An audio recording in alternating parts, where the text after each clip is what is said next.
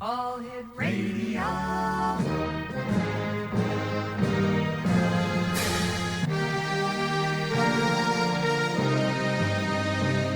Welcome to the X Zone, a place where fact is fiction and fiction is reality. Now, here's your host, Rob McConnell.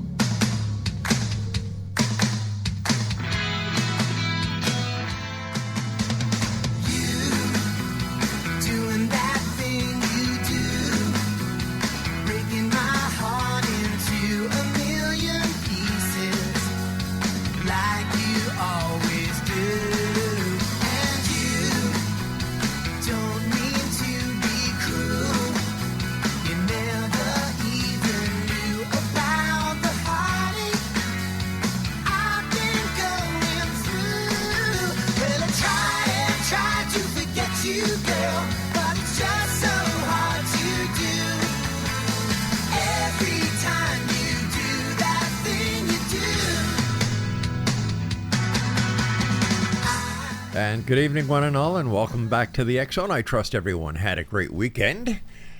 Summer is on its way. I can hardly wait until it's time that we all go out to the beaches and we have fun. And we lay on our backs in the beautiful summer nights and we look up at the stars, wondering if there's anybody up there looking back at us. Food for thought. This is the X Zone. I am Rob McConnell. We're coming to you from our broadcast center in St. Catharines, Ontario, Canada, and you're listening to us on the X Zone Broadcast Network, Talkstar Radio Network, Mutual Broadcast Network, and your hometown radio, Classic 1220, CFAJ-AM in St. Catharines, Ontario, Canada. Actually, they're just down the street from us here in St. Catharines, and they're streaming us on classic1220.ca. If you'd like to send me an email, xzone@xzoneradiotv.com. Our guest this hour is Gary Parker. We're going to be talking to Gary about his NASA photo that he found that actually is much more than it appears to be. Joining me now is Gary Parker. And Gary, welcome back to the X Zone. Great having you with us again tonight. Rob, thanks a lot for having me. It's great. Now, for the listeners who may not have heard you the last time you were on, tell us a little bit about yourself and the discovery that you made. Sure. Yeah, I'm actually 64 years old. I live in Los Angeles, and I was doing research on a NASA photo from July 26, 2012, and I think you actually have it downloaded onto your website. I'm pretty sure of that. Yes, we do. But in the photo, I'm sorry. Go ahead. No, I said yes, we do. Yeah. Yeah, and what happened was I found not only ancient Hebrew written in the photo, but as a matter of fact, you can't see it from a distance. You have to zoom in. But I found ancient Hebrew written all over the photo, and I took it to a Judaic scholar at the University of Arizona who translated it for me. So as I was looking more and more at it and knowing what the translation said, I actually found more images in the photo, and the images were of a giant alien right on the Giza Plateau in Egypt. Okay, now this photo, what was the date of the photo again? July 26, 2012. And what brought you to this photo? Oh, I was going to do a project where I was going to raise money to help restore the Great Pyramid and the Sphinx. So what I did was I called a couple billionaires here in Los Angeles and said, guys, would you like to invest in it? And they said, absolutely. And so then I went to the NASA website, pulled up one photo, the one from July 26, 2012, and all of a sudden I found these things in the photo as I zoomed in to find out where you could put men and machinery to when I say restore the Great Pyramid, I just mean make it look a little nicer than what it looks like. Because I was there in 2019, and it's really the Great Pyramid, the other two pyramids, and the Sphinx are really run down looking. So anyway, that's what made me take a look at the NASA photo. I was actually going to do the project there. Did you actually get clearance from the Egyptian government to do this restoration work that you were planning to do?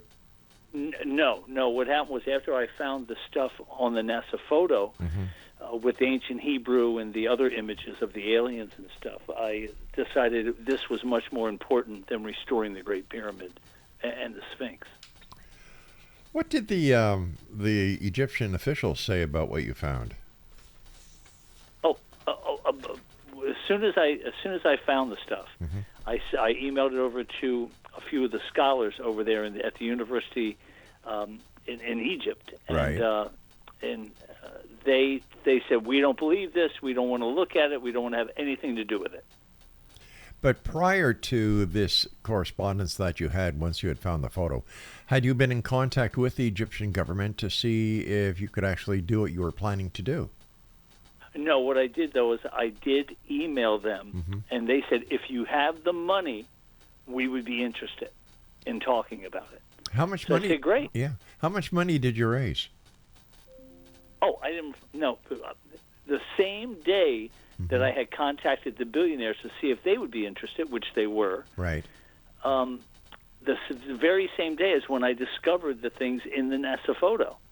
So then I just totally forgot about restoring the Great Pyramid and the Sphinx, and decided to find out what all this stuff meant, and as far as the ancient Hebrew and the images that I discovered. Now, over the years, you've worked very hard to get this photo, decoded, I guess is a great way to put it. How far have you gotten with that? Have you actually been able to get confirmation that the photo is of an extraterrestrial, how would we place it, extraterrestrial puzzle? Yes, I'm going to explain to you what happened to me. Okay. Now, I actually sent you 3 photos of Göbekli Tepe in Turkey. Did you receive those? No. Oh, okay. Well, they're in your. Just know that I emailed them to you about a week ago, and I asked them. I asked you and your producers to download those onto your website, because what happens is in the NASA photo of the Giza Plateau, Göbekli Tepe is in the photo, and so is Jerusalem in Israel. Both of those locations are in the photo. Okay. Okay. So what happened was I said, oh my God. About 7 years ago, I had talked to a guy from NASA, and his name is General Warden. He was a general, W-O-R-D-E-N, and I had told him what I discovered, and he said, "Email those to me, Gary, would you?" I said, "Sure." So I emailed them to him over at a place called Ames Research Center in Northern California. So he got them. I told him how to look at them on a laptop and gave him all the instructions. Well, what happened was when I got to Los Angeles about 9 months ago, 2 months ago in March, I decided, you know what? He works over here at the place called the Los Angeles Air Force Base, and it's right in a place called El Segundo, California, which is only just south of LAX, the international airport. And so they have a whole Air Force base there. The United States does. And like I said, it's called L.A. Air Force Base.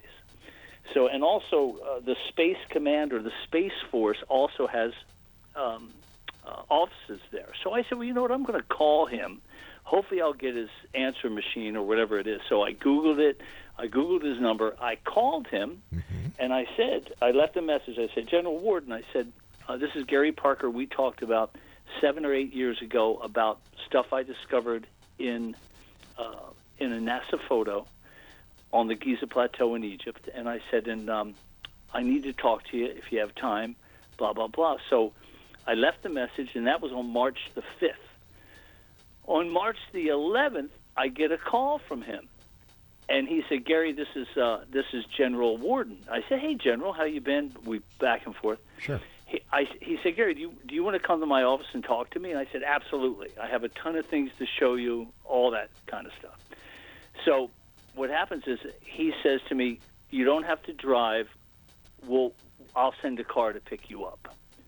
So, and I'm thinking, oh, my God, this is amazing. This is going to be great. So what happens is Just real quick, though, Rob, are you familiar at all with Göbekli Tepe in Turkey? No, tell us about it. Well, Göbekli Tepe is what I know about it, and what I'm going to explain to you and your audience. It's actually an ancient site, okay, and it's between 11 and 15,000 years old, BC, 11 to 15,000 BC, and they have these pillars there, and it actually sits on 20 acres, and it was unearthed back in 2014 by an archaeologist named Schmidt, and he was from Germany, and they unearthed it, and they realized this is the oldest kind of temple, religious temple that they ever found. But naturally, archaeology today says that it's not a temple and it's not religious, but they have a bunch of pillars there where they have animals and carved all over them. At that time in human history, they say that people at that time never carved anything because we were still hunter-gatherers. So what happens is they found all this stuff, and it's kind of changing the history books. They're saying that man was way, way smarter than what they originally thought. So anyway, that's what Göbekli Tepe is. It's a giant thing that they unearthed, and it has changed. It's changed human history. It's amazing. Anyway, so the general, back to the general, and Göbekli Tepe is going to come back in to the NASA photo and to my story. So okay, so what happens is I have done a bunch of podcasts and stuff, and I always talk about Göbekli Tepe and the NASA photo, and that Göbekli Tepe was actually built to be seen from space. And if you look into your email account, you'll see the 3 pictures I sent you over to. And what happens is the photos are of Göbekli Tepe, but they're satellite images, so you can see it from space. And what happens is I also made a drawing. What happens is if you invert the second photo that I sent you, you will see a giant man's face that encompasses the whole area of the unearthed Göbekli Tepe. It's a man's face.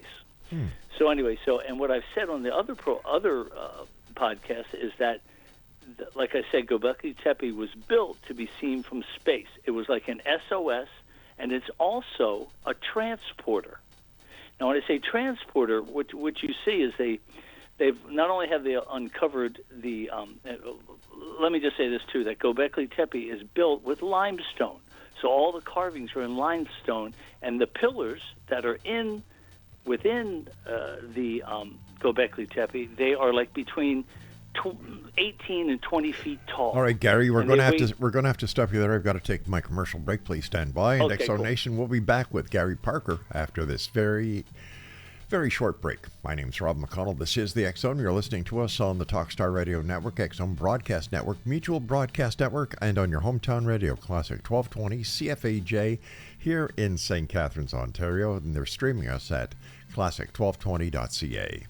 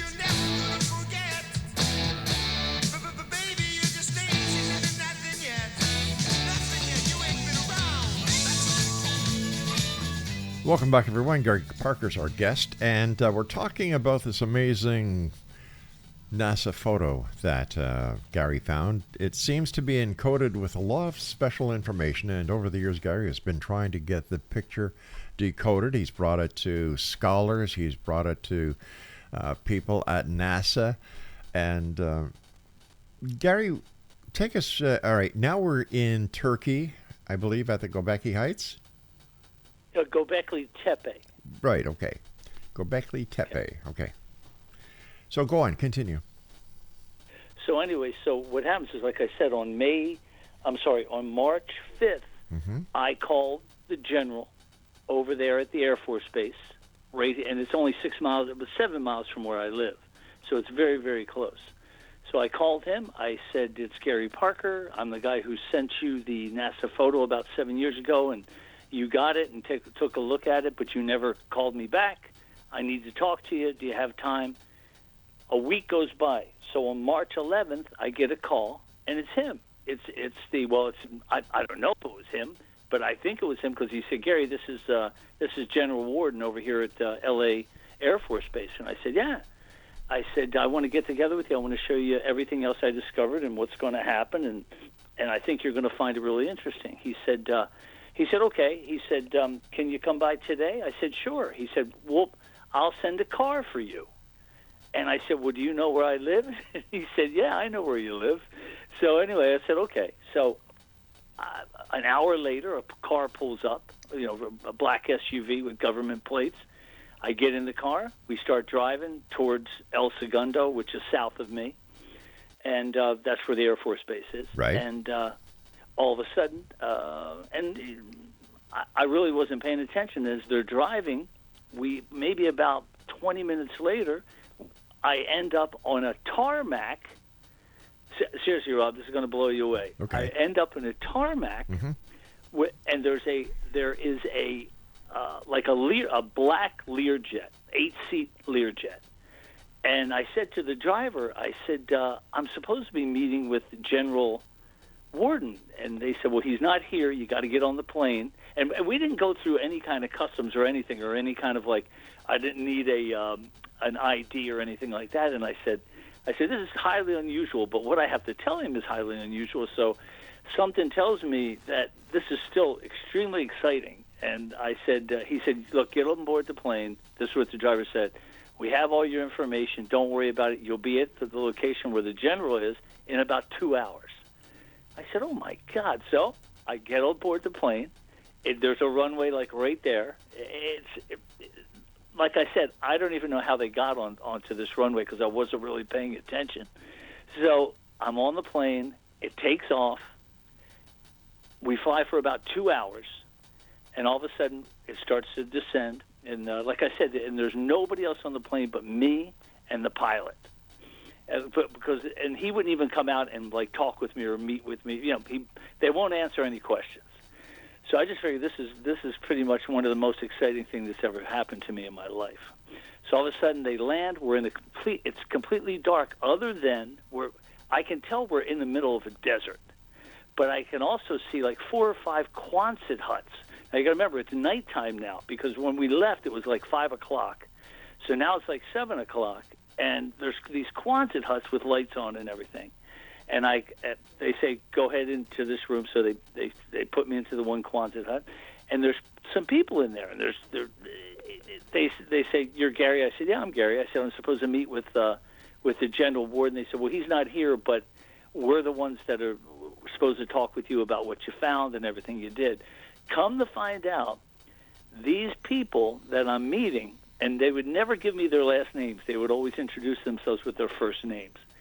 They said that they had listened to now you got to remember, Rob, the podcast, I've done over 80 podcasts. And I pretty much tell the same story, and I tell people what I think of Göbekli Tepe and what I know about the NASA photo and everything. And they said, Gary, we want you to help us out. And I said, sure, I can help you out. Whatever you need, whatever I know, I'll give it to you. You guys can use it any way you want. They said, okay, come on. So we go outside. We get into a Jeep. Now, it's really cold outside, but we get into a Jeep. We drive for about another 30 minutes. All of a sudden, lit up in the middle of this desert, and I'm not exaggerating, Rob, this is going to sound unbelievable, is a complete mock-up of Göbekli Tepe. Like, it looks just like the photos. Like, if there's any way you can get onto a laptop right now and Google Göbekli Tepe photos, you will see it. But this one, this mock-up was amazing. Not only that, but not only did it have a mock-up of Göbekli Tepe, but it also had like a small stream running through it, and it was like in the middle of nowhere. And I don't know if I was in Arizona, or if I was in New Mexico, or if I was in Texas. I don't know. All I know is they wouldn't answer any of my questions. So they said, Gary, we want you to help us with this Göbekli Tepe, with this mock-up we have. I said, sure. I said, this is amazing. I said, is that limestone? They go, yeah, we made it as original as we could. I said, so you guys heard my story about that the whole thing about Göbekli Tepe is that it's a transporter.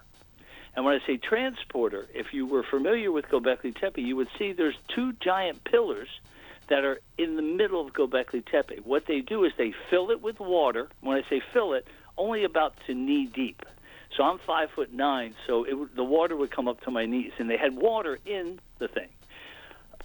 Inside this, like I said, if you could pull it up on your laptop, you'll be able to see it. So they had filled it up with water, and what I told them was, because I don't know if you remember this, Rob, but when I was trying to learn as much as I could about the NASA photo, I would go down to the Gila River, spelled Gila, Gila River in Arizona, and I would stand in the river. I would be in bare feet. I would be facing east, and I would yell up certain words in Hebrew. Do you remember that at all? Yeah, I certainly do.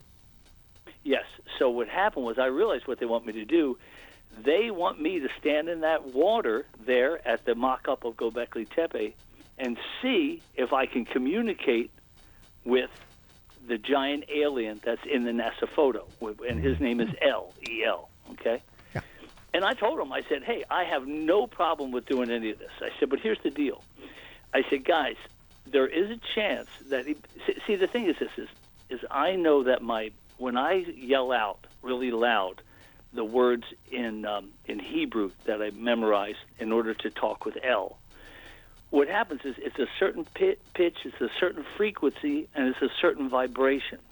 And they did tell me that they had tried with other people who work for the Air Force to do what I did, but their vibration and their frequency and their frequency vibration and what was it? Anyway, long story short, theirs didn't work, so they wanted me to give it a try. And I said to him, I said, that's not a problem. I said, I'll definitely try it because this is what I was hoping you guys were doing for the past 9 to 10 years that I've been working on this.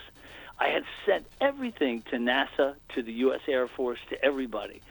So I thought, oh my God, finally I'm seeing that there's the fruits of my labor are here in the middle of a desert. Okay, so and if I can somehow communicate with L by standing in this water at this mock-up of Göbekli Tepe, that it would be amazing. The other side, though, is I thought I'm only a human and I could die from doing this.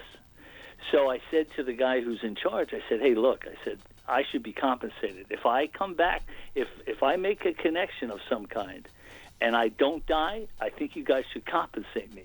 And he said, we can talk about that later. I said, yeah, but I'll be dead. Anyway, long story longer, I get in the water. I go in between the two pillars. Now, the pillars are of L. There's like a male and a female giant pillars, and they're 18, like I said, 18 to 20 foot tall. I stand in the water, and it's cold outside, like I said, but the water wasn't too cold. So I'm standing in the water, and I put my hands up, and I also asked him, I said, and I don't know if you'll remember this either from our past conversations, Göbekli Tepe and the NASA photo all face the Cygnus constellation. And I said to the main guy in charge, I said, please tell me that this structure is facing the Cygnus constellation. And he said, yeah, it is. He said, everything you talked about on the shows, we followed your directions, and we hope this works. I said, great, fantastic. So anyway, so I'm standing in the water, just me by myself, and there's other people around. Also, I forgot to mention, Rob, is, like I said, this is probably sitting on, the land is probably about 10 acres. It's the whole structure they built is sitting on 10 acres. And around the structure, now remember, it's round. It's built in a round shape. And what happens is there's 5 giant, what are they called? Hold on. They're fixed to trucks. And it's a, what do they call those things? Anyway, what it does is it's actually, hold on. I'm sorry, I'm stumbling here real quick. This is a lot to tell in a short amount of time. Are you still awake? Oh, yeah, I am. Okay. So anyway, so they have these trucks. There's 5 of them, all encircling this giant Göbekli Tepe mock-up, okay? But these trucks have these kind of like long metal, they almost look like gun barrels, but they're more intricate than that. And what it does is they can turn these things on to change the pitch or the vibration or the frequency of the whole Göbekli Tepe mock-up. So what that means is they figured out from me telling them that everything on Earth is based on vibration. Everything, just like you've heard about the things that they discovered under the Great Pyramid. Yeah, I have. Yes, you saw that, right? Mm-hmm. Yeah, well, that's all vibration, and it is under there because it's in the NASA photo. Everything I'm explaining to you is in the NASA photo. All right, Gary, stand by. We have to take another commercial break. X-Zone Nation, Gary Parker is our guest, and we'll both be back on the other side of this short break on the X-Zone Broadcast Network, Talkstar Radio Network, Mutual Broadcast Network, and your hometown radio, Classic 1220, CFAJ AM in St. Catharines, streaming us at classic1220.ca.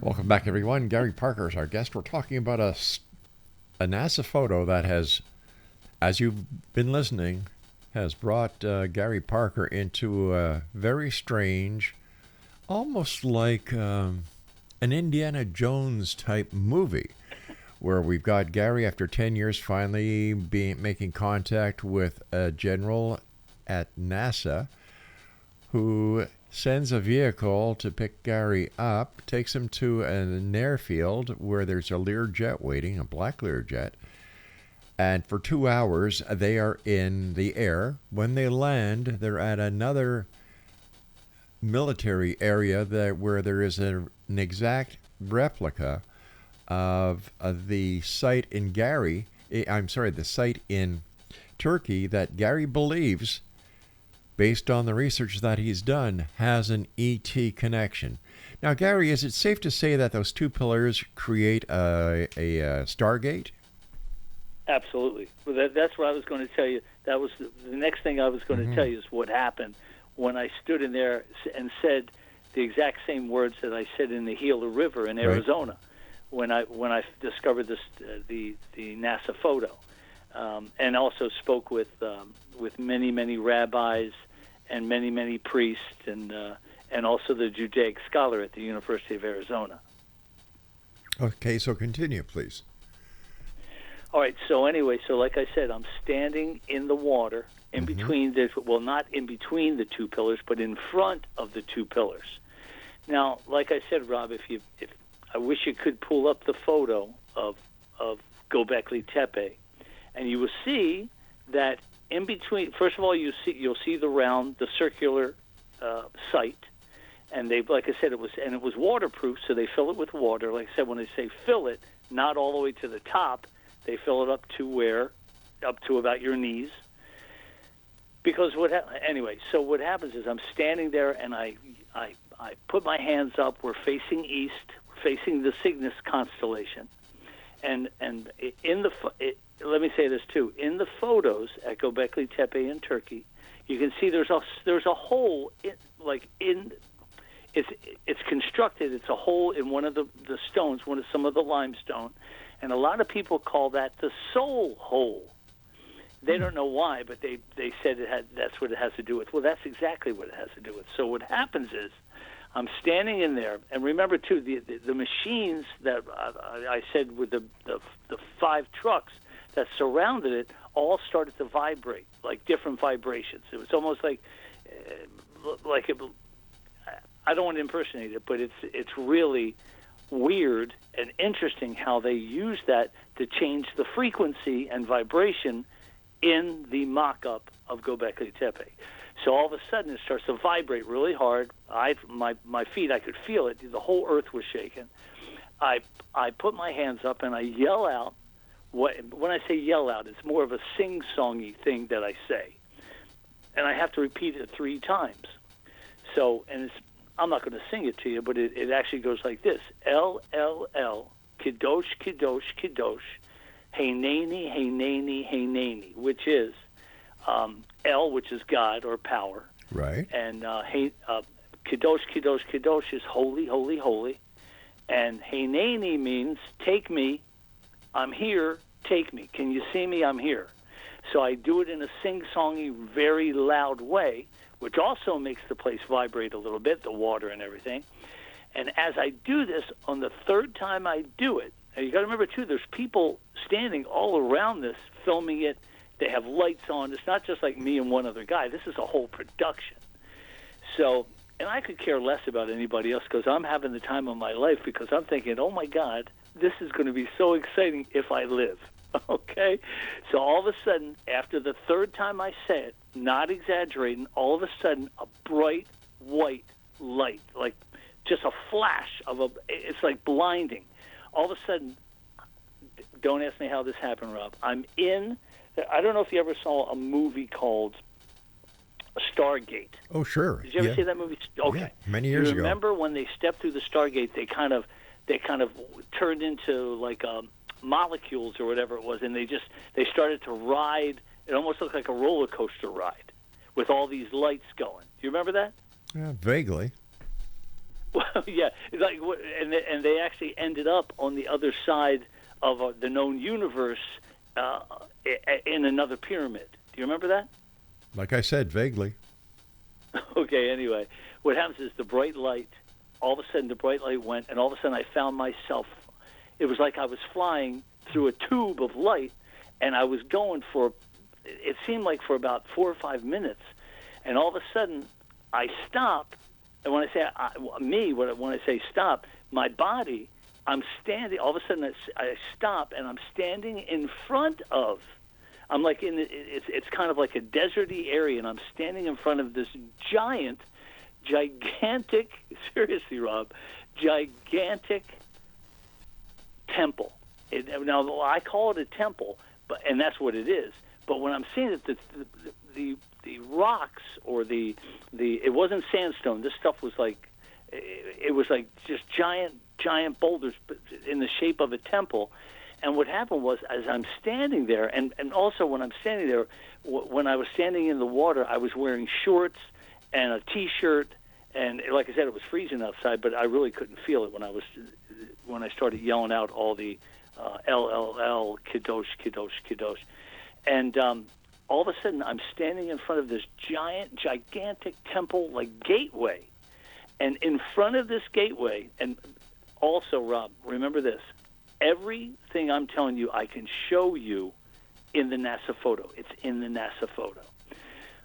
I'm standing in front of this giant building. It's just gigantic. It must be. I couldn't even see the top. It was so gigantic, or it disappeared up into the sky.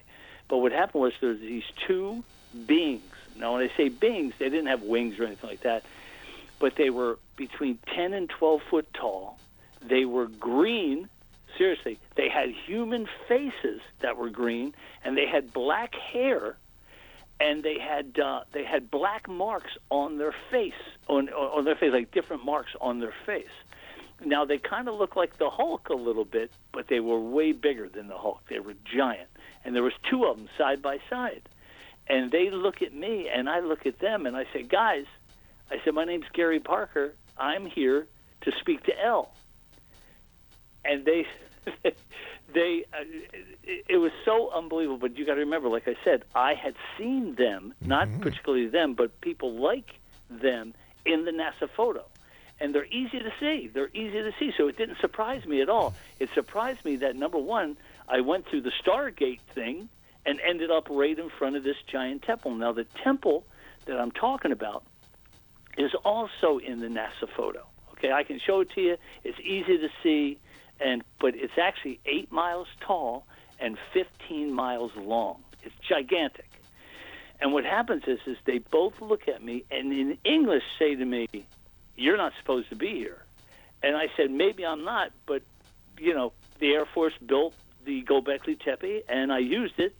And I said, "And I think I should be able to speak to Elle, the main guy, the giant alien." All of a sudden, as I said to these guys, and like I said, I wasn't afraid at all, because I had seen them for the past 8 years. Anyway, all of a sudden they said, "You can't speak to Elle." As soon as they said that, a voice comes out from behind this gate, this giant gateway, and it kind of fills the whole area. What I'm looking at, so the whole area is filled with this guy's voice. Right. And I swear to God, Rob, the guy says to me, "Gary, what are you doing?" He said, that's exactly what he said. Because I was expecting, for God's voice to be like this. "You shall come through," like a big, deep, scary voice. And it wasn't. Go ahead, I'm sorry. No, I'm listening. I'm agreeing with you as God's voice should sound. Yeah. So he says, "Gary, what are you doing?" And I said, "Well, I'm here." I said, "Look, I'm trying to follow what you wanted me to do, and I'm hoping this is part of it." And the voice said, "You're not supposed to be here. You got to go back and keep doing what you're doing." And I said, but we used the gateway from Göbekli Tepe, and it worked."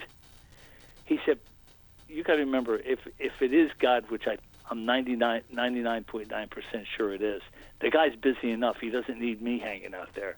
So all of a sudden, I said, "Okay, I'll go back." And as soon as I said that, I went back through the Stargate tube, back into my body, and all of a sudden I found myself, I had fallen down into the water, and the guys from NASA came and helped me up, took me back to the Quonset hut, and they actually showed me the videotape of me standing there, not moving for 15 minutes. Wow, it sounds a lot like the movie Contact with Jodie Foster.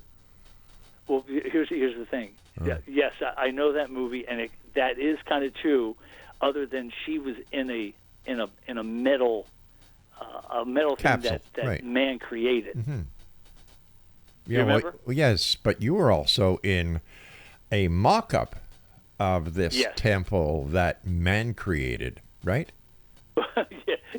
Yeah, actually, though, when you say man created, at Göbekli Tepe, it was actually created by, it wasn't just men. Yes, men. But you weren't in Turkey. You were somewhere in the middle of the God knows where. You're right. Okay, but she did run into, I'm pretty sure that Jodie Foster met her dad. Right? Yeah, she met an alien who took the image of her dad because it would be easier for her to understand. One question I'd like to ask you. Go ahead. What year was it that all this happened when the general called you? Because I'm trying to do a timeline in my mind here. Well, the general called me this March. It was March 11th. Wow. Just a month and a half ago. How could he call you March the 11th when he resigned from NASA and the military in 2015? He also see you can read anything you want to read, or believe anything you want to believe. Right. What happens is these guys never retire. Oh. Also, he's also in the what's it called, the Breakthrough Prize. If you find alien life, and I said that to him on the phone. I said to him, General, I should be nominated for the Breakthrough Prize and get the $1 million prize. Did you see that, where he's on the board of the Breakthrough Prize? Yeah, we saw a lot of other things too, Gary, and we'll talk about them when we come back from this break. This is the X-Zone. I'm Rob McConnell. Gary Parker's our guest. Fact, fiction, you tell me. Send me an email, xzone@xzoneradiotv.com. We'll be back. Don't go away.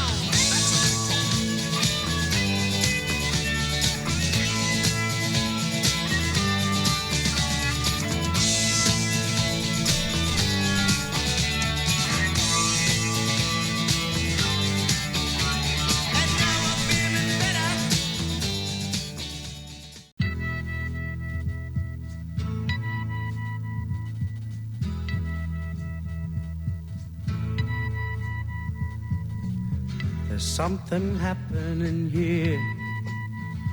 What it is ain't exactly clear. There's a man with a gun over there, telling me I got to beware. I think it's time we stop. Children, what's that sound? Everybody look what's going down. And welcome back, everyone. This is the X-Zone. I'm Rob McConnell, coming to you from our broadcast center and studios in St. Catharines, Ontario, Canada, on the Talkstar Radio Network, Mutual Broadcast Network, the X-Zone Broadcast Network, and on your hometown radio, Classic 1220 CFAJ AM in St. Catharines, streaming at classic1220.ca. Gary Parker's our special guest, and Gary, this is a rather amusing story, to say the least. Now, before we get on to discussing other things, here you are, you wake up or you end up in this pool of water in front of this man-made replica of a temple in Turkey. Yes. And all this is being filmed. You said it was like a big production. You weren't alone there with the contact of whatever agency had you there. What happened then? So what happens is that I'm drying off. They give me some clean clothes to wear, some dry clothes, and they said, Gary, it worked. The thing really works. I said, yeah. I said, but pretty much it will only work with me, correct? He goes, yeah, we tried it with 3 other people. It didn't work. And I said, yeah, I guess not. So what was great was I felt really validated, even though I can tell you this story. And they actually said to me, you can tell anybody you want, but they're not going to believe you. I said, okay, that's cool. I said, all I know is you guys had put a lot of time and effort to do this for the past few years to do this. And I said, and that tells me that I wasn't wasting my time, and that I did see everything that I saw, and that L's for real, and and he will be back here very, very soon. And they said, yeah, you've been right all along. I said, sure I have. And I've known that, Rob. It's just that, like I said, when you talk to regular people, and you show them the NASA photo, most of them just get afraid because it's something new they've never seen before. especially the religious people like the rabbis I've met and the priests. And what happens is it changes their whole world, and they don't want to know from that. But the problem okay, what is, I want you to do, Gary, I don't want to. I want you to continue the story. Okay, continue your story. Then we'll get back into the academic religious part of it. Okay, you got it. So what happens is I'm exhausted like this.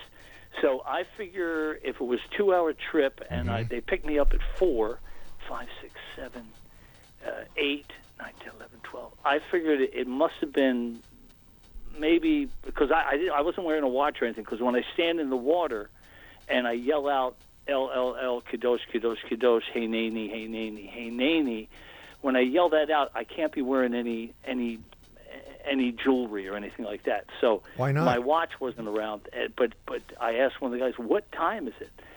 But you got to remember, my time, LA time, isn't the same as wherever we flew to. So they said it's 3:30 in the morning, and I said, "Okay, great, no problem." So they say, "Okay, we'll be in contact with you," and I said, "Great.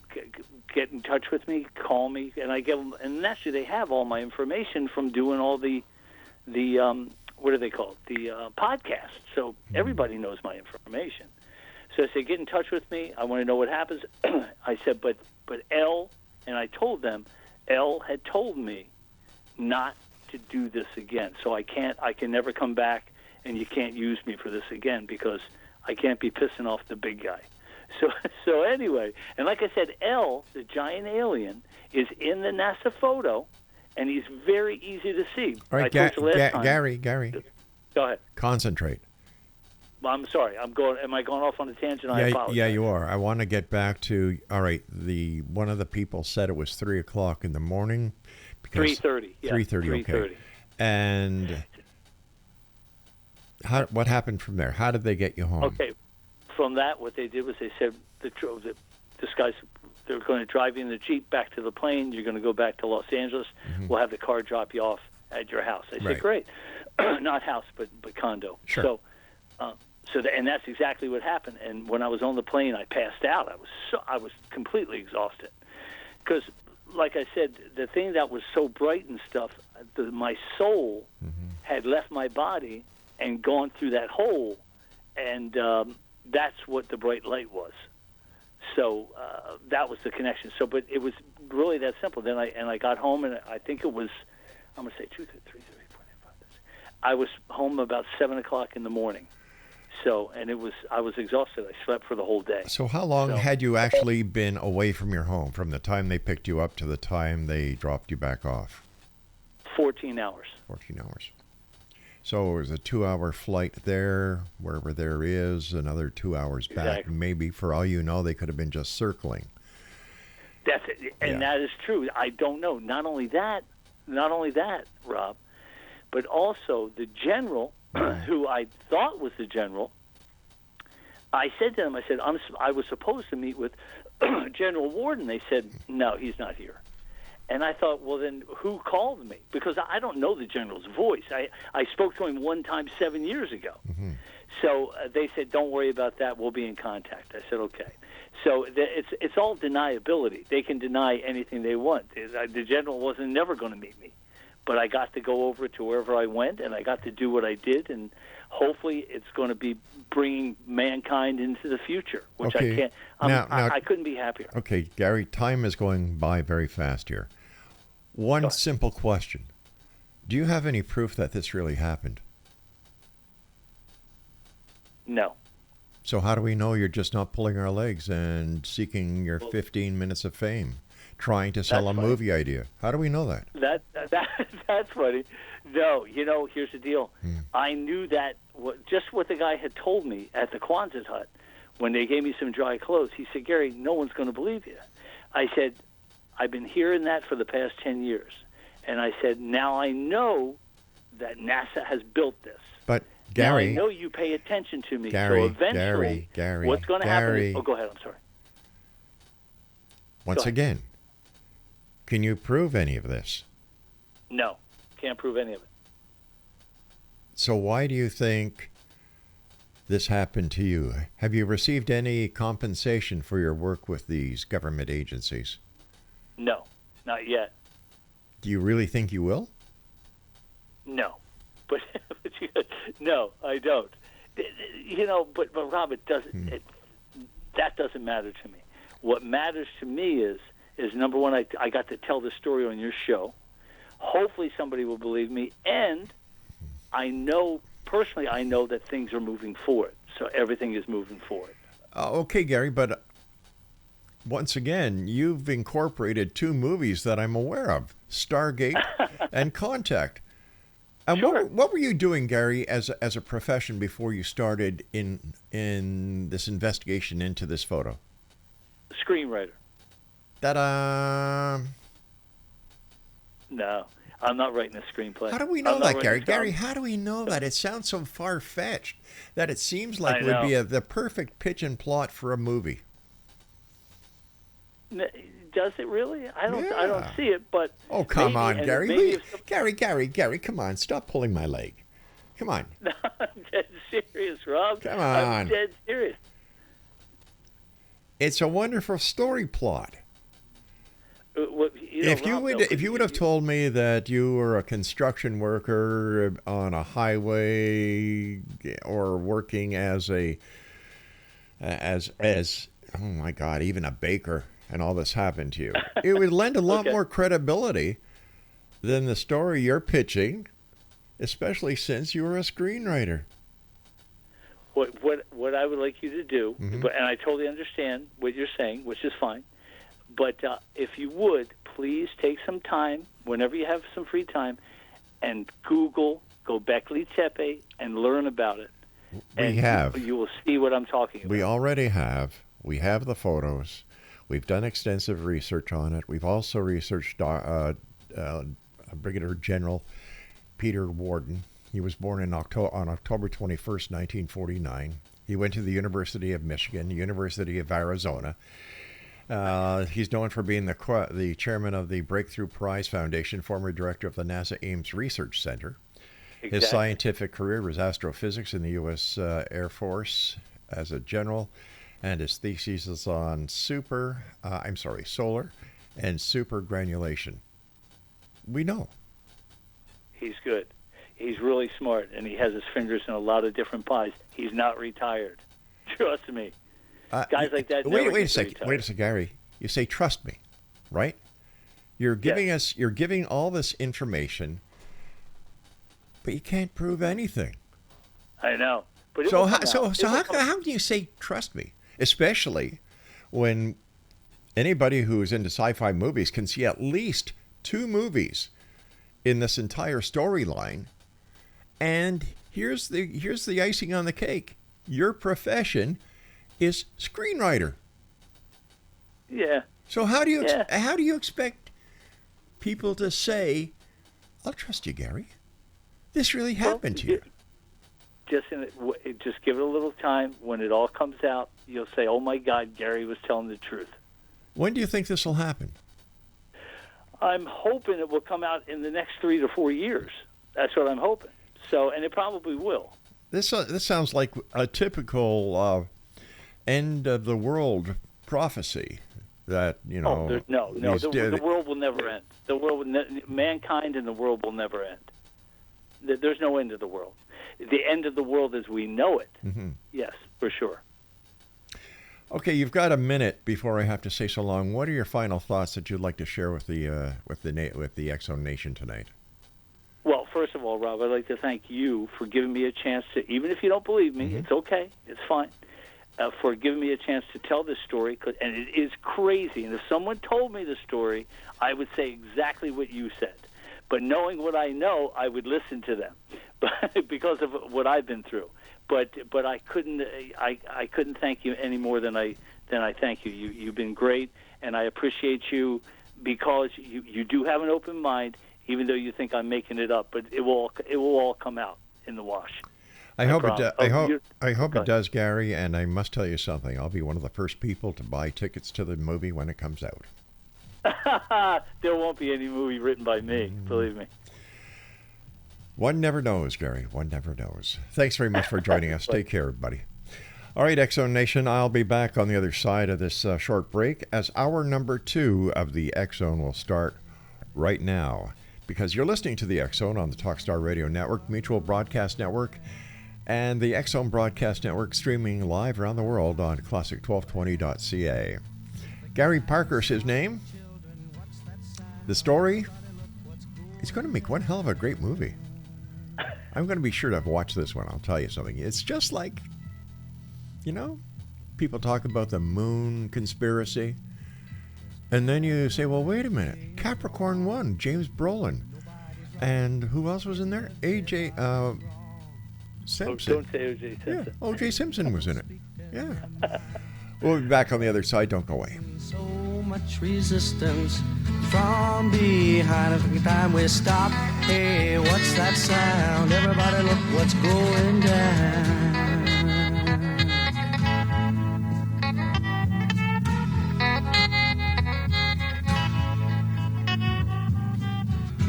What a field day for the heat.